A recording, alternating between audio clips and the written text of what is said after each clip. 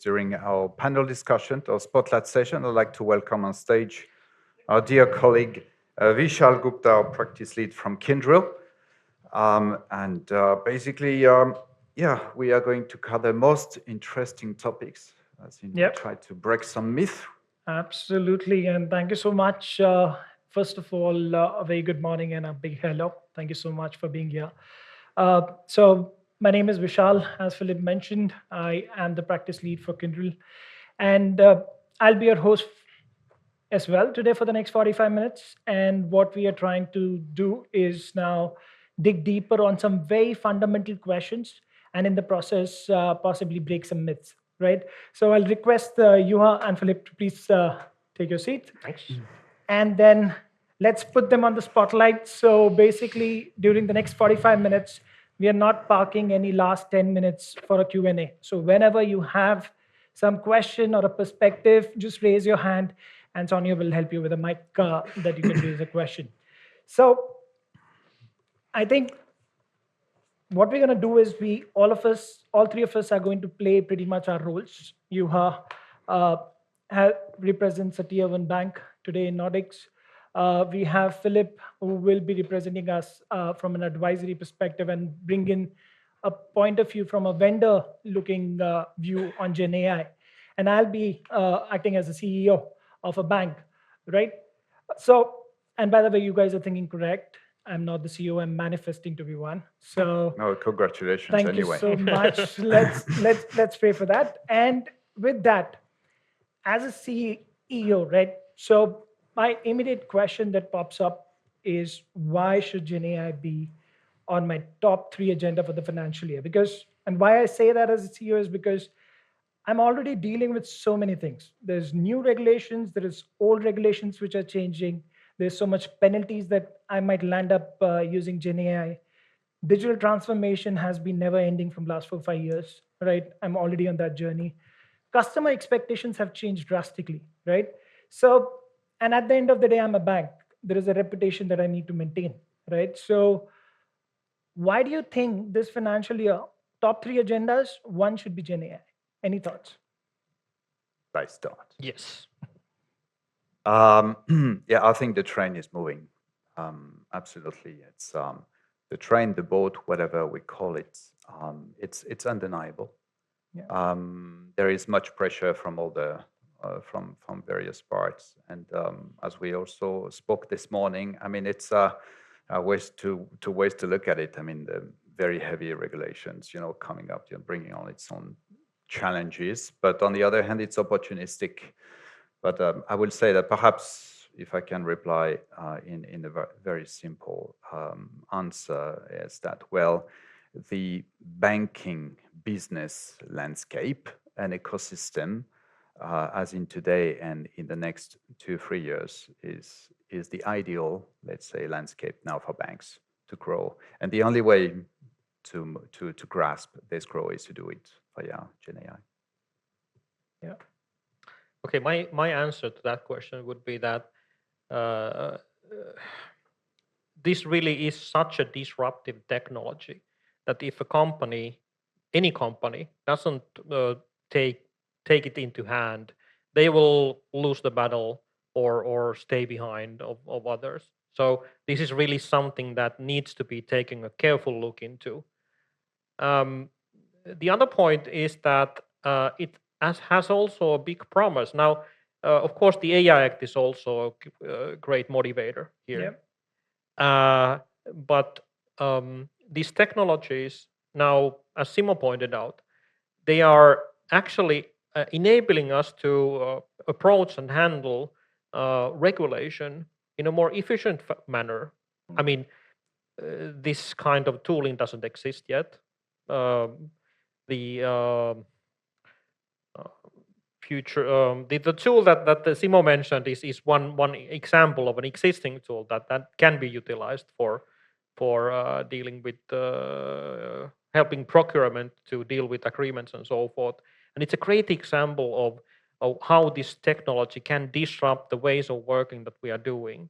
Now, the other thing, the other example was on the ministry side. Yeah. So, how do I tackle all these new technology regulation and so forth how do I even handle it? How do I even manage it? And these tools have a promise to actually aid with that. And this is kind of a therefore it's necessary and beneficial to look into these. Yeah. Yeah, I think that's a very valid point. But then that leads to me to one more thing. And I think you did touch base about that in your presentation is there's with this AI Act, there's so much at stake, right? The penalties are huge if you do it wrong, right? And I already have so many ML models or use cases which are in production. So don't you think I should just focus on correcting that and maintaining that, and let's see when the disruption really happens on the banking side, just pick it up from there? That'll be safer, right? That's what I think. But otherwise, I'm also worried that the competitive bank will take the lead. So how do I balance this? How do I look into it? Well, I'll sit on the on the positive side of the road and say that wow, then that's an asset. Yeah. It's a fantastic asset. I mean, if you've already like deployed some models, then you know things. You've done the mistakes. So it's actually also an excellent playing ground for the AI Act to be, planned properly and deployed properly because you have something concrete to match with. So yeah, that's an asset. Of course, they will always be fine. And I mean, we know about GDPR, and we know now regulators and local regulators, they will be more inclined. They have more power as well to fine financial institutions. Yeah. Actually, that's also part of the PSD3. Mm. So it's as serious, even more serious, as you also said, as GDPR. I mean, we're all in there. GDPR, DORA, IPR, PSR, IPR. Yeah, the train is moving. Yeah, it is. It is moving fast. What's your take? Yeah, I would kind of agree with you. Having models already in place is a great place to start. That's what we did. We started looking into what we have and how does it relate to AI models, because frankly speaking, if you are kind of adjusting your company policies and start processes and so forth based on imaginary or hypothetical models, Yeah. it's a lot harder than realizing that this model is here. What does it do? What's the use case? What data has it been trained on, and so forth. So you can actually reflect the existing models that you have and your know-how on those versus the AI Act requirements, and then, well, I would recommend you to do the same that we are doing. So write out the argumentation on how does my existing model or AI system, how does it relate to AI Act? This is or is not a high-risk AI system. Maybe it contains AI, but it's not a high-risk system, or it's a high-risk use case, but it actually doesn't contain AI at all. It's kind of preparing for the argumentation, and then make risk-based decisions on what to do next. Yeah, and a very valid point. Any perspectives or point of views or any question from the audience, just feel free to raise one. Yeah, please. Hi, can you hear me? Yeah. My question is maybe banks or maybe businesses in general as well, when they look at AI and the way we are looking at having to make investments with actually not knowing how much to invest, because it sounds really promising, but at the same time, it could be totally sunk costs. And anybody who's spent time in R&D know that we've gone on a lot of such chases. So there could be a position that a bank could say, let me just sit back and wait for some matured model to emerge from the likes of JP Morgan, and then I'll just buy it as a service. Would that be a temptation? Well, perhaps I can try to answer this one. I think it all starts with business and what's strategic for the bank at this point. You said it. Can the bank actually afford, with its own domestic market, just to hold on to that tech and wait that the tech is very mature, so that to kind of position itself in that tech, in that GenAI, Is the bank strong enough for this? Then perhaps smaller banks or neobanks or smaller financial institutions, they don't see it that way. They see that it's absolutely strategic for them to gain market share, to deploy in marketplaces, to use GenAI agents to help them grow their business out there because they have no other choice. So then it's very much just balance between, the strategy, the compliance, the cost. It's a very agile game, and the way to get started is very much to have everybody involved, or the main stakeholders, to understand where the cost items are really, and they are absolutely not on one PLN and one vertical. Yeah, that's my answer is to that would be that there's already a bunch of tools that are easy to use, already provide value, and give you the opportunity to learn about these things, to understand them and how they work, and so forth. To kind of start gradually to generate the kind of understanding on what they are capable of, what kind of changes do they actually mean to the whole sector. So it's both cost efficient and profitable to start using these tools already. So that's one thing. The other thing is that the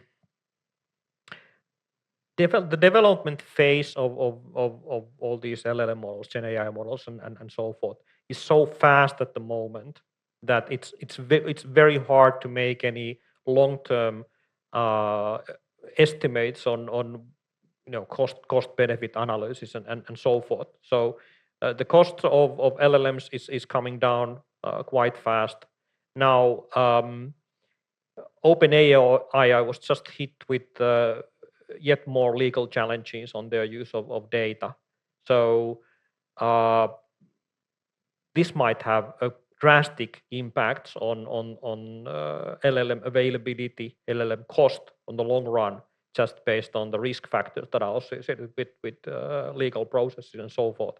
Of course, Apple already postponed their publication of certain AI features to Europe because of the AI Act. So there's a lot of things, a lot of moving parts here, and therefore, in a way, you need to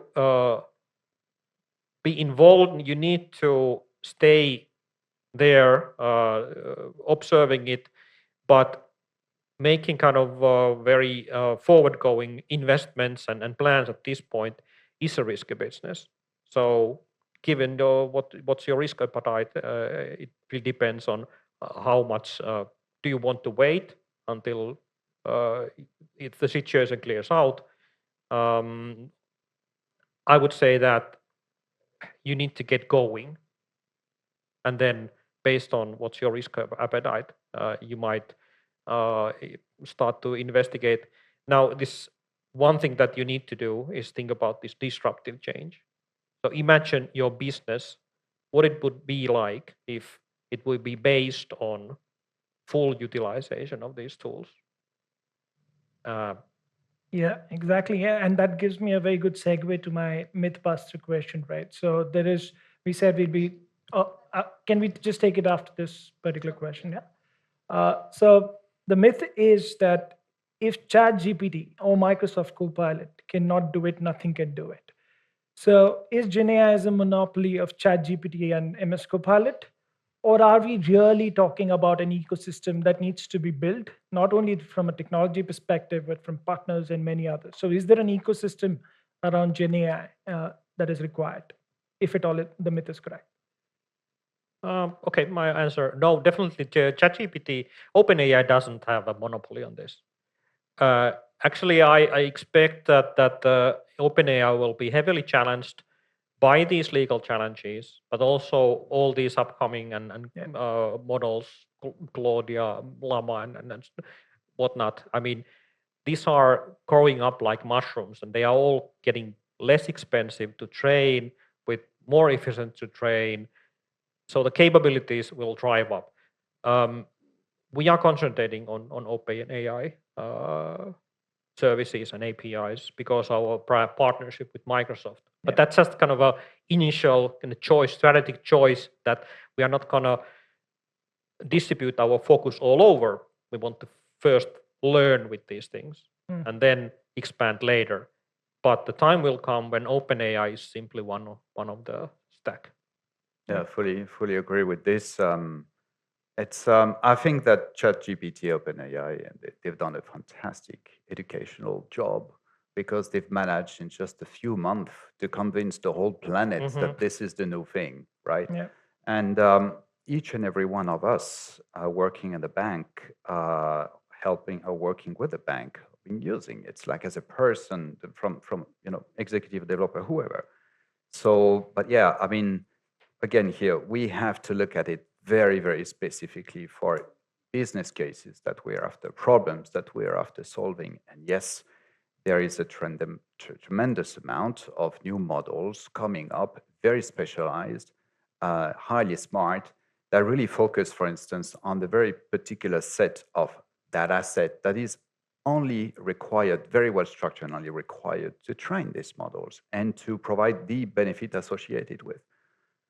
So yes, again here, that requires really a lot of focus on the business cases to move forward with this. ChatGPT a bit away from the, let's say, it's been very good. Yeah. Now it's becoming very noisy. Yes, I think there's definitely an ecosystem that everyone has to look beyond from a technology perspective, like vendors and partners and your own employees as well, right? That itself is an asset, I believe, as well. So I think we can quickly take one more question. Okay, thank you. It's regarding the tools, and as we heard that there are the tools are same for everybody. Everybody can use them. You're on the same sort of line. And we know that banks are basically IT houses, more or less. So my question is, with these tools and being cautious and maybe tier 1 or tier 2 banks, how do we compete, or how does the competition landscape change with PSD 3.0 when more agile and more innovative and faster companies come and try to take some market share from some of the products that we actually offer our customers? And that has been on one of the agendas as a CEO as well, right? Like there's a lot of competition coming in from You've fintech, seen everything, so Vishal. many. Exactly, right? So any thoughts on that? The competition is kicking in. That's an interesting question because back in 2020, the fintech wave was still going strong, and now 4 years later, not very many of those new fintech companies are around anymore, or in any significant fashion a competitor for the traditional banks. So how does it turn out this time? I mean, being such a disruptive technology, fintech was in Europe was taken forward by PSD2, Right. and open data on the banking side and so forth. Now that wasn't enough, obviously. So will this kind of disrupting technology, where you really build if you build your business directly on top of this whole technology stack and your processes and so forth, will we be seeing financial companies that are really scalable, are 10 or 100 times smaller than traditional banks, and still operate on the same level of scale and operations and offering and so forth? That's something that will be very much interesting to see. Hard to say. I think this is right, and it's an interesting correlation to think that, hey, PSD3, so is that another anchor on how really to grasp PSD3, and what's the part of GenAI with this? I see PSD3 as you so highlighted. I mean, there is obviously a difference between PSD2 and PSD3. PSD2 is more about I consent to a partner working with the TPP to basically pool my data, which is very scarce right now. It's just access to my cash account, and I can access to some my balance. That's fine. This is PSD2. That's very roughly okay. Now PSD3. Let's imagine that you are doing the same thing, but this time instead of pulling data from your cash account and your balance, you're able to basically pull all your data, contracts, agreements, whatever, of your mortgage, of your investment and things like this. It will take time that basically PSD3 as a directive together with FIDA, financial information related, will actually be in place. It will take some time, but it will start for sure. I think to answer your question, I mean, it's more like when we think about GenAI and PSD3, it's more about to utilize the customer-facing interface assisted by agents, for instance, so to sell more, because this is what PSD3 is about in the end. It's about pulling some other data and try to sell some financial product to someone, either that is a retail customer or a business. So yeah, I mean, GenAI with PSD3, there are tremendous opportunities. And that will be up to what will be the first financial product else than payment and access to account that will be basically out there in Europe. Well, I have an idea. I can share this with you. You know that since PSD, I mean, as advisory, we've been always following up what's happening in the open banking and the whole PSD2 thing. We started to look at what's happening in the UK. So in England, very smart neighbors, obviously, they basically decided to gather 9 banks together in order to standardize APIs. We haven't able to do this yet. I hope it will come. Lately, actually, the government stepped in and said, okay, let's see what we can do with our own kind of PSD3. And that will be very specifically focusing on lending product for small businesses, because this is what the country wants. You know, they want the money to be more available to small businesses, so they grow their business quicker and they do business themselves. So I would say likely that will be the next financial product in line. So PSD3 to be used in Europe in order to help companies to grow faster.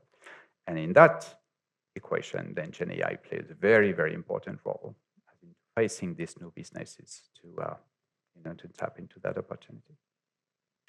Fantastic. I think we'll try to shift a little gears on the other side now from technology and these things, right? Wherever there is money involved, where there is reputation involved, there is something known as accountability, which is highly important. And you're seeing that a role like Minister of Artificial Intelligence have popped up in UAE, in France. They are introducing these roles to really put the AI and the GenAI journey on track, not only for an organization, but for a country as well, right? Even if you're part of European Union. So my question is that, has the time come that we have or introduce a role of CAIO, a Chief Artificial Intelligence Officer? Because there's so much of accountability, first of all, how you're going to drive that. And this person or this role pretty much have to drive a large-scale change management as well. How do you talk to your data? How do you use your data? How do you use these use cases, right? So do you think we need more roles out of so many roles that we have today? Or is there any other way to it? Any thoughts? Want to talk about French government? Yeah, let's start with you. No, I mean, yeah. I think it's a very healthy sign that actually local governments they pay great attention to this, and many of them have already, because it is a tremendous upskilling which is required from an educational perspective, as into our kids and students and adults and elderly and everybody. So that's part of it's not a new education, it's a must education. AI, that's for sure. Then there is education side. Then there is, of course, the gross internal product side. That every country wants to grow, and they have realized how much AI can actually contribute to that growth. shall of course the proper rules and businesses utilize it properly. And then perhaps the further answer about the chief artificial intelligence officer. I mean, yeah, have we seen this is it's a complex it's a complex technology. It is something very horizontal in the company. So obviously, businesses, financial institutions, so working with their own P&L and verticals. Once more, they need to have basically crossroads. They need to design a horizontal channel in order to have a representative from all these different basically verticals to handle this, because AI, it's like customer centric. It touches everybody. Everyone within the organization has to be involved in order to make it work. So yeah. Your thoughts on that? This is also a term or role that we have been playing around with. I mean, there's already been discussion on, but we are formulating our AI governance model at the moment, or AI management model, which is a kind of a separate thing, but anyway, kind of interconnected. And one of the roles that we have been playing around or throwing around is AI officer. Now that's something that would be business segment specific, who would oversee the kind of transformation with respect to this AI change and so forth on the level of a business segment. Now, obviously, if there are if the segments have AI officers, there needs to be a chief AI officer somewhere. There's always a chief. Yeah, right. But whether that's a SVP position or VP position, that's a question mark. I think at this point of time, what's really needed in organizations, maybe all organizations or most organizations, is some kind of a transformation program, which is kind of where the main ingredient or key ingredient is AI. Whether that's CIO, AIO, or some other title there, leading it is another question. But certainly, organizations need to pay a lot of attention and hand over considerable planning power to this kind of a transformation program in order to reap the benefits. Maybe that will turn out to be a CAIO position at some point, but you never know. Hope to see you one day on that position soon. Yeah, but I think we had a question there, right? So. Hello, thank you. Good morning, Sasha Bros from Holvi. So I guess representing the fintech, still existing fintech area I've seen. I have a question, maybe also for Vesa with OP. So especially I think it's undeniable to look at the benefits that AI will bring even from an efficiency point of view. But if you go for a second just to the dark side, what can go wrong? Like, do you have any recommendation in terms of control or control principles or mechanisms? Especially, I think in your presentation, you had the vertical cases where, for example, you would deploy AI in HR, procurement, AML, AFC. So, of course, a human can make error, but when AI gets it wrong, it can even be so much faster. It's exponential. So having that one error from day one that really just across time kind of like can carry on. So what kind of mechanism, especially in your experimental phase, have you put kind of like sandbox environments or any controls for that? If you can share anything around that. Okay, that's a very good question. Now, what's common about GenAI currently is that it's very easy to build very impressive demos and POCs. So,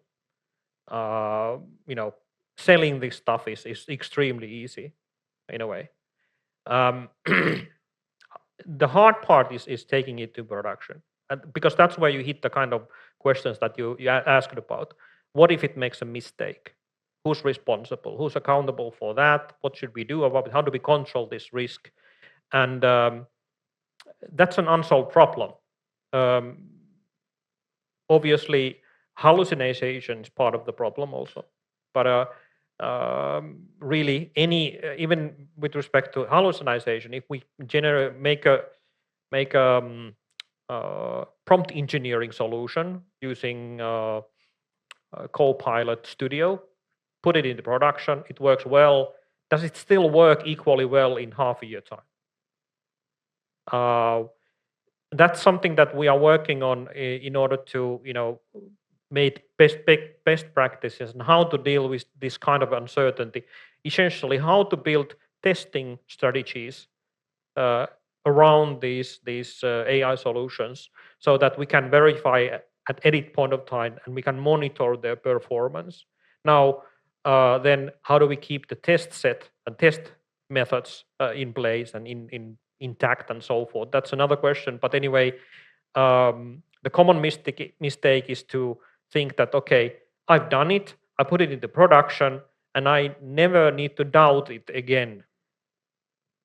And that's where you go wrong. And that's why you need this kind of testing procedures. And that's where the AI Act is also taking very much this very seriously in the high risk use cases. You have to have proper testing procedures in place. It's a learning. Those are the learning principles that perhaps may not exist in some of the, let's say, produced IT. Deployed IT projects are now, let's say, fully enforced with GenAI. So it's learning all the time. And all the time, one requires to assess the performance and the quality and the least hallucinations. Yeah. I'd like to highlight in this, also in that discussion, the importance of course, risk management and mitigations and residuals, which also are becoming more alive.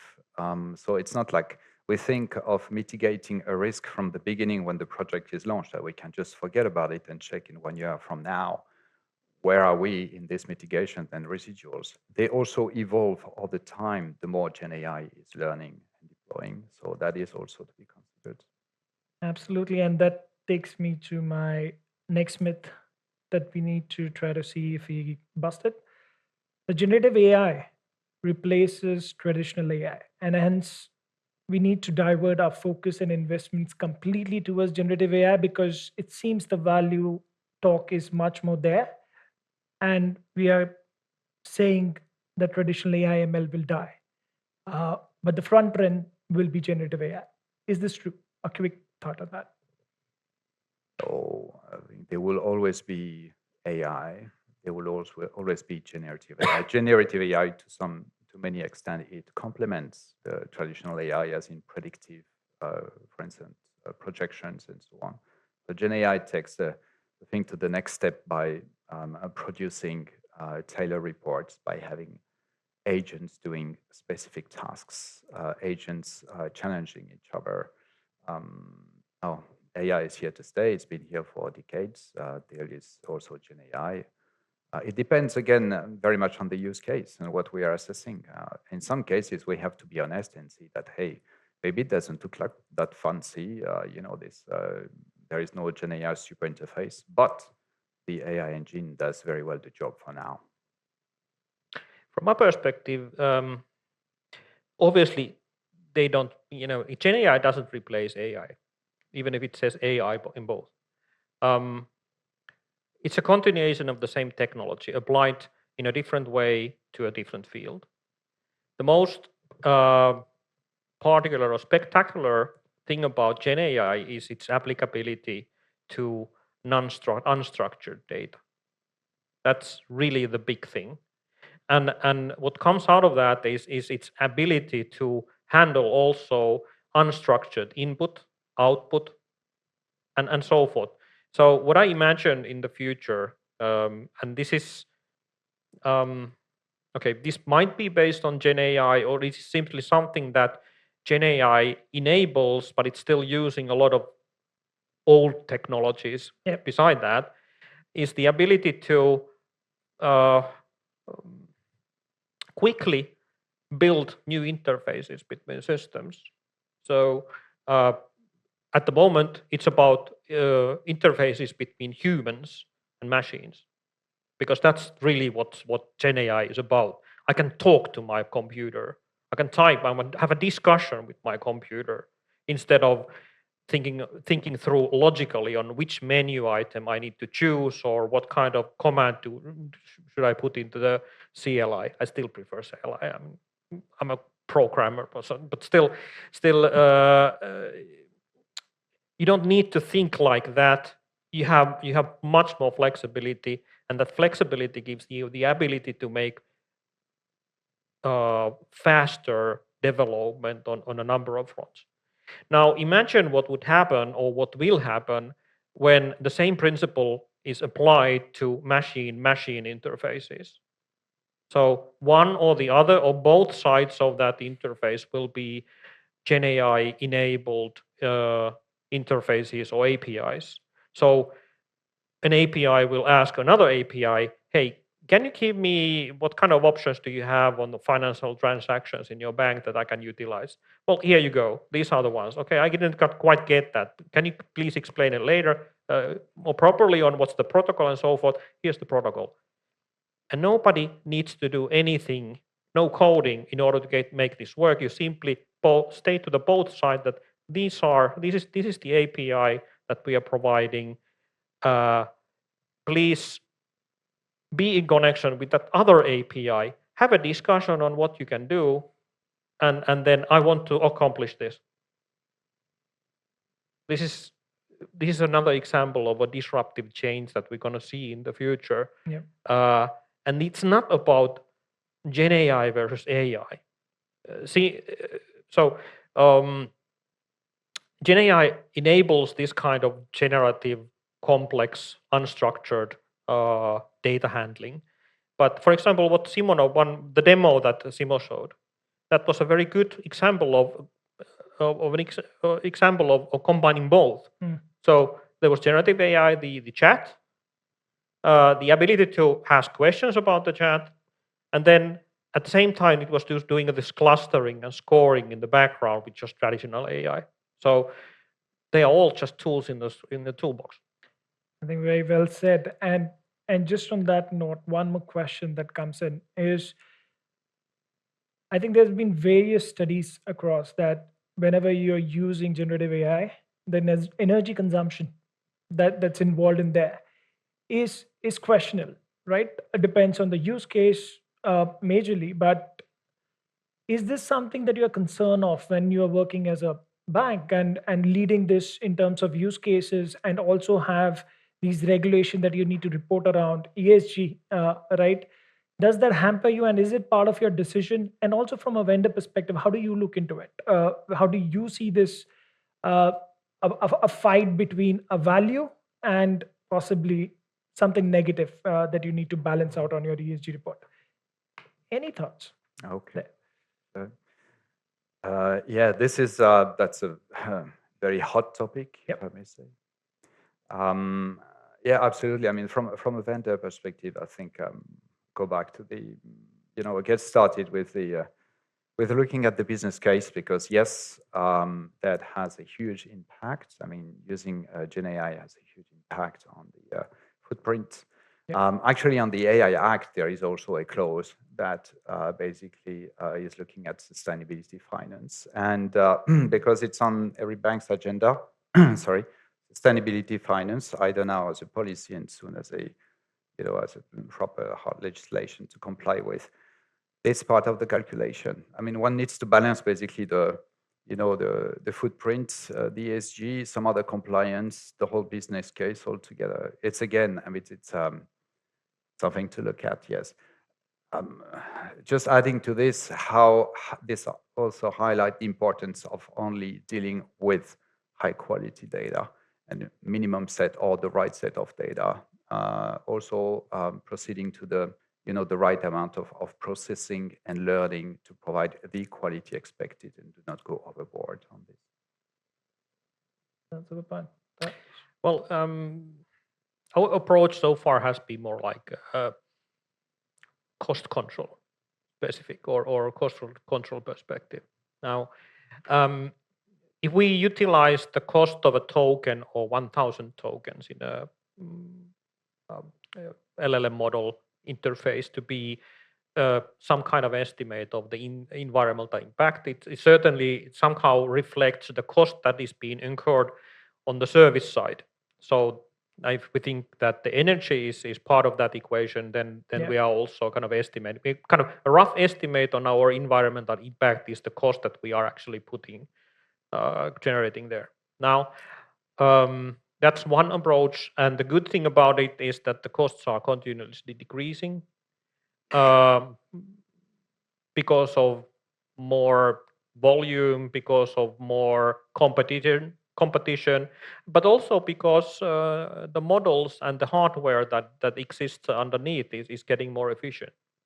Now, of course, one trend is to build smaller models, like Silo has done with Poro and so forth, and kind of specialized models. Therefore, don't take it from me, but because I might remember wrong, but it was a good kind of think or the kind of image that when you ask a question from ChatGPT, it costs about or spends an energy equal to making a cup of coffee. Oh. So okay, wait a minute. I'll have a cup of coffee first, and then I answer. Now it takes it a lot faster, but still, kind of, if that's the amount of energy that is being spent when I ask a question, that seems quite a lot. So in the future, maybe not so much, but it still makes you think that should there be some kind of efficient, more sustainable way of utilizing these new models? And absolutely, just recall one thing to that subject was it so that Google actually is investing in 6 nuclear plants to power their AI. So just to give things into perspective. Yeah, and that's a good perspective, right? That really tells how much of energy eventually you will be needing to power these, right? So you need to be sustainable and clean in that ways, right? Right. I think we have a room for one question, if there is any. I think we have one. Yes. Can you pass the mic at the back?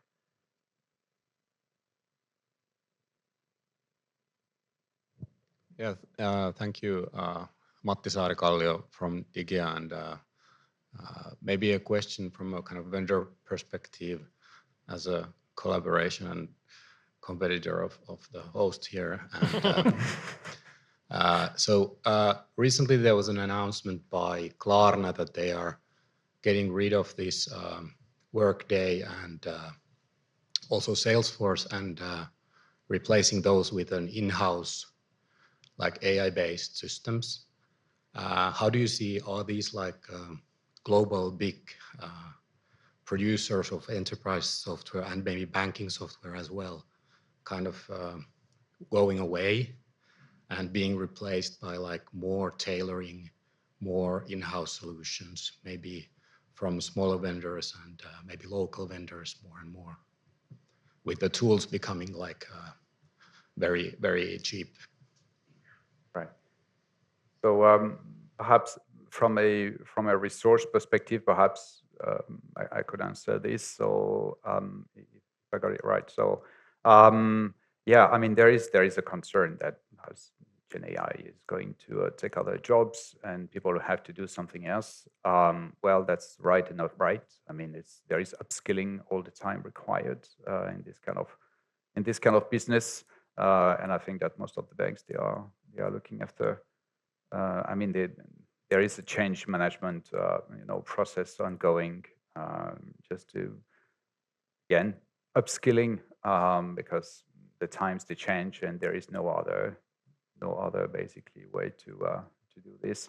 But I think also when mentioning the different vendors of financial institutions, that I mean, without mentioning them, it's good to take very cautiously these numbers that are perhaps publicly said when it comes to resource. So yeah, upskilling is the key. If that's an answer.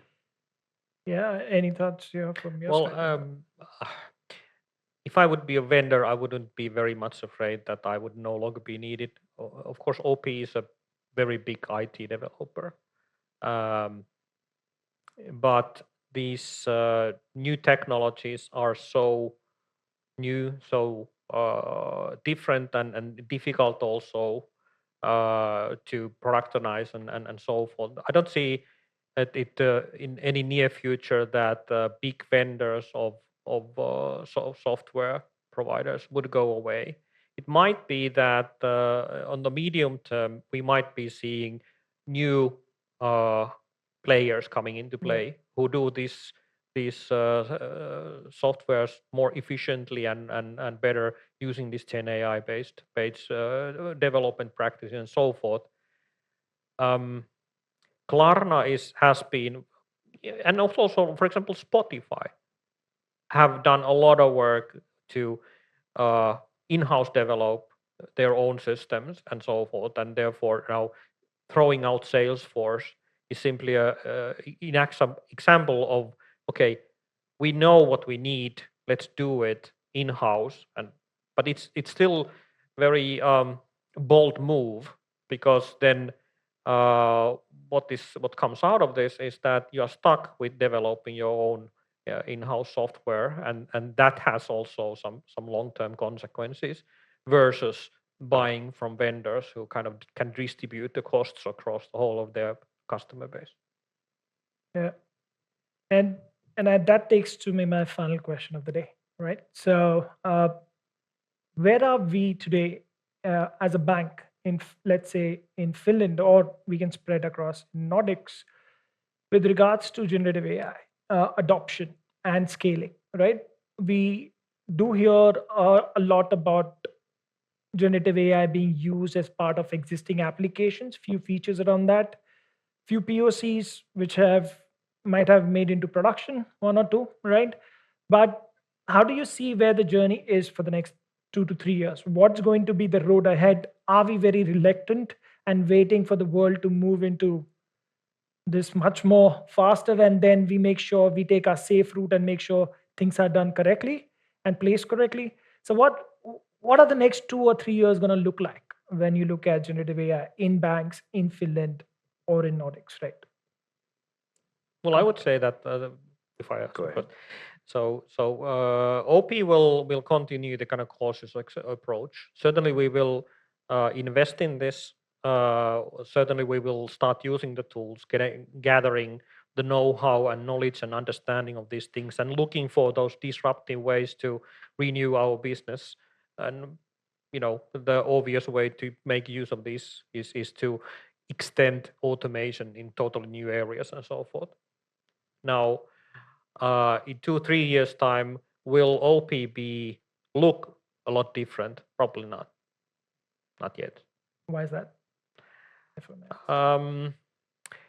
Because we will take these things into use internally first, and only after that we will go to the kind of external interfaces and so forth. Got it. Now, I might be wrong. I hope I'm wrong, because that would imply that we make some, identify and invest heavily on some disruptive changes in our operations and Yeah. business and so forth. But I wouldn't bet on it. Latik, what's your take? Yeah, I will also add to this that Nordic banks have always been very highly digitalized, as in compare with other banks in Europe. It's very important to understand this. There is a culture of digitalization. I think it's a less difficult path or migration path towards GenAI than other, let's say, more conservative banks or financial institutions from Western Europe. So yeah, I think that I said the boat is moving, the train is moving, and it's just the next phase to the digitalization of the bank to adopt GenAI. Fantastic. And with this, I think I pretty much resign as the CEO of this particular talk. And thank you so much, Juha. Thank you so much, Philippe. And you all have been a great audience. Thank you so much for the interaction that was made. And we all look forward to meet you very soon again. Thanks. All right. Thank you. Thank you, Vishal.